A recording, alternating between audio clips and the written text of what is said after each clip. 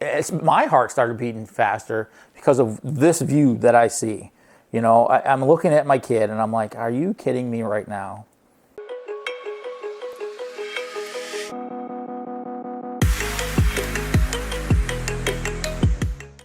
All right, welcome back to Heroes Next Door. I want to do a story today in regards to people that work in the healthcare and public safety that have children. This is a case that kind of hit me strong. I know it affects me. It affects me up until, you know, pretty much every call that I go on because I have kids. So here, I'll get right into it. The story is young kid out partying with his friends, was in a motor vehicle accident. Lost control, flipped the car, hit a tree. One kid was stuck in the car, one kid got ejected, and the driver of the car actually was partially ejected and relatively unhurt. The reason for that is where they ended up landing was in a huge kind of muddy field next to a tree. And the mud really is what saved him. So I get there and the police officers, for some reason, are just giving this guy the third degree. You know, they got a flashlight in his face and saying, look, tell us what you're on. What have you been drinking? What have you been smoking? And he's like, nothing, sir, nothing. You know, of course he's denying it. And he's like, you know, he points to his friend, which was totally uncalled for at this time, and says, look, your friend's dead underneath the car. At that point, I said, stop. Stop what you're doing. I removed him from the police officer. I know it's a crime scene. I know we're going to deal with it later, but that was not the time or the place. So I load him up. It's a trauma. You know, we have a fatal, actually 2 fatals in this accident, and he survived.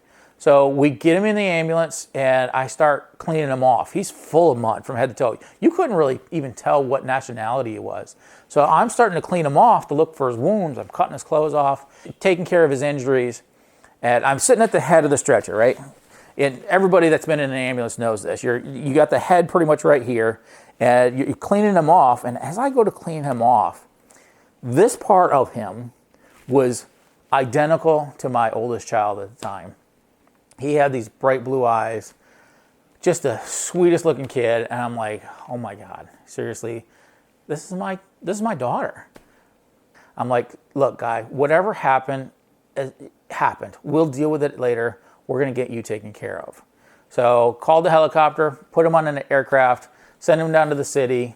He survived. And because of that, he actually goes around to local high schools and does lecturing on the effects of alcohol and, you know, the fact that he, unfortunately, 2 of his friends are dead because of the actions that he had. He's really stepped up to the plate and done a fantastic job with it. I've listened to 2 of his lectures over the years, and he makes a big impact. He usually goes around prom time and talks to high school students. So good things out of bad. But after that call, you know, I'm there and my heart just, my heart started beating faster because of this view that I see. You know, I'm looking at my kid and I'm like, are you kidding me right now? So I finish the call, I go home, and the first thing I do is I look at my kid, I said, if I ever catch you doing blah, blah, blah, and she's like, Dad, I didn't do anything. I know. And then what I did is just give her a hug, and I cried, and she knows it. She's part of the family. She's grown up in EMS, and, you know, we kind of hug it out. But, yeah, there's times, guys, where it affects you. These people are strangers, but it affects you in the ways that you don't know. So talking about it, understanding it is the key to success. So once again, thank you for joining Heroes Next Door. Looking forward to hearing some more of your guys' stories. So subscribe and watch the next video. Thank you.